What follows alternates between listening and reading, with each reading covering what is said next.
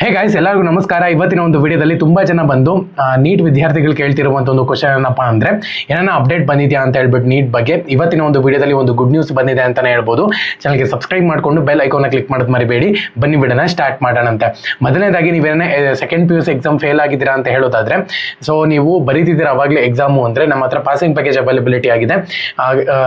Science, commerce, arts 3 ಕೋರ್ಸ್ಗೂ ಕೂಡ Kannada medium, English medium availability ಆಗಿದೆ. ನಿಮಗೆ ಬೇಕು ಅಂತ ಹೇಳಿದ್ರೆ ಬಂದು ಮೆಸೇಜ್ ಮಾಡ್ಬೋದು. ಓಕೆನಾ, ಜಸ್ಟ್ 50 ರೂಪಾಯಿ ಮಾತ್ರ ಪ್ರತಿಯೊಬ್ಬರಿಗೂ ಕೂಡ ಸಿಗುತ್ತೆ.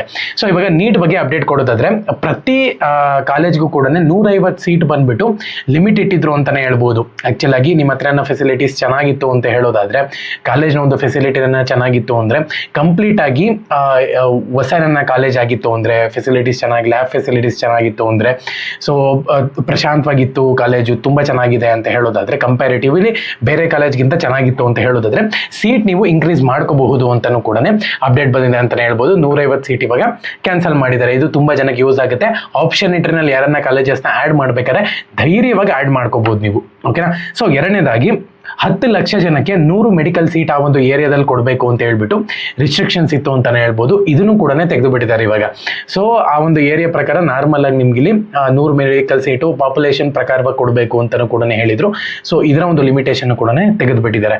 ಸೊ ಇದು ಎರಡನೇ ಅಪ್ಡೇಟು. ಮೂರನೇ ಅಪ್ಡೇಟ್ ಬಂದ್ಬಿಟ್ಟು ಹಾಸ್ಪಿಟಲು ಮತ್ತು ಮೆಡಿಕಲ್ ಕಾಲೇಜ್ಗೆ. ಸೊ ಎರಡಕ್ಕೂ ಕೂಡ ಆಲ್ಮೋಸ್ಟು 30 ಮಿನಿಟ್ಸ್ ವಾಕಬಲ್ ಡಿಸ್ಟೆನ್ಸ್ ಇರಬೇಕು. ಇವಾಗ ನೋಡಿ, ಒಂದು ಕಾಲೇಜು ಅಂತ ಅಂದ್ಕೊಳ್ಳಿ, ಮೆಡಿಕಲ್ ಕಾಲೇಜು ಮತ್ತು ಆ ಒಂದು ಮೆಡಿಕಲ್ ಕಾಲೇಜ್ನ ಒಂದು ಹಾಸ್ಪಿಟಲು 40-50 ಕಿಲೋಮೀಟರ್ ಇತ್ತು ಅಂದರೆ ಯಾವ ರೀತಿ ಸಾಧ್ಯ ಹೇಳಿ, ಪಕ್ಕನೇ ಇರಬೇಕು. ಸೊ ಹಾಗಾಗಿ 30 ನಿಮಿಷ ವಾಕಬಲ್ ಡಿಸ್ಟೆನ್ಸ್ ಇದ್ದರೆ ಮಾತ್ರ ನಡೆಯುತ್ತೆ ಅಂತ ಹೇಳ್ಬಿಟ್ಟು ಅಪ್ಡೇಟ್ ಇತ್ತು. ಬಟ್ ಇದನ್ನು ತೆಗೆದಾಕ್ಬಿಟ್ಟಿದ್ದಾರೆ ಇವಾಗ.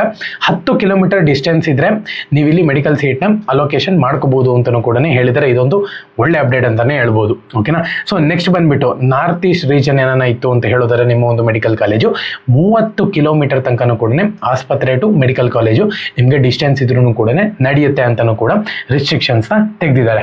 ಓಕೆನಾ. ಸೊ ಈ ಒಂದು ಅಪ್ಡೇಟ್ ನಿಮ್ಗೆ ಹೇಗಂತ ಅನ್ನಿಸ್ತು? ತುಂಬಾ ಜನ ಬಂದ್ಬಿಟ್ಟು ಒಂದು ಒಳ್ಳೆ ಕಾಲೇಜ್ ಇರುತ್ತೆ, ಅದೊಂದು 30 ಕಿಲೋಮೀಟರ್ 15 ಕಿಲೋಮೀಟರ್ ಡಿಸ್ಟೆನ್ಸ್ ಇರುತ್ತೆ ಒಂದು ಹಾಸ್ಪಿಟಲ್. ಸೊ ಅಲ್ಲಿ ನಿಮಗೆ ಸೀಟ್ ಸಿಕ್ಕಿಲ್ಲ ಅಂತ ಹೇಳೋದು ತುಂಬಾ ಜನಕ್ಕೆ ಬೇಜಾರಾಗುತ್ತೆ. ಸೊ ಇವಾಗಲೂ ಕೂಡ ಸೀಟ್ ಇವನ್ನೆಲ್ಲನೂ ಕೂಡ ರಿಸ್ಟ್ರಿಕ್ಷನ್ಸ್ ತೆಗೆದಿರೋದ್ರಿಂದ ಸೀಟ್ ಇನ್ಕ್ರೀಸ್ ಆಗೋ ಚಾನ್ಸಸ್ ತುಂಬ ಜಾಸ್ತಿ ಇರುತ್ತೆ. ಸೊ ಹಾಗಾಗಿನೇ ಹೇಳ್ತಿರುವಂಥದ್ದು. ಸೊ ಎಲ್ಲರಿಗೂ ಕೂಡ all the best. NEET exam ಚೆನ್ನಾಗಿ ಬರ್ತಿದ್ರ ಅಂತ ಹೇಳಿ ಅಂತ ಅನ್ಕೊಂತೀನಿ. ರಿಸಲ್ಟ್ ಇನ್ನೇನು ಬರುತ್ತೆ, ವೇಟ್ ಮಾಡಿ. ಓಕೆನಾ. ಎಲ್ಲರಿಗೂ ಕೂಡ all the best. Jai Hind, Vande Mataram.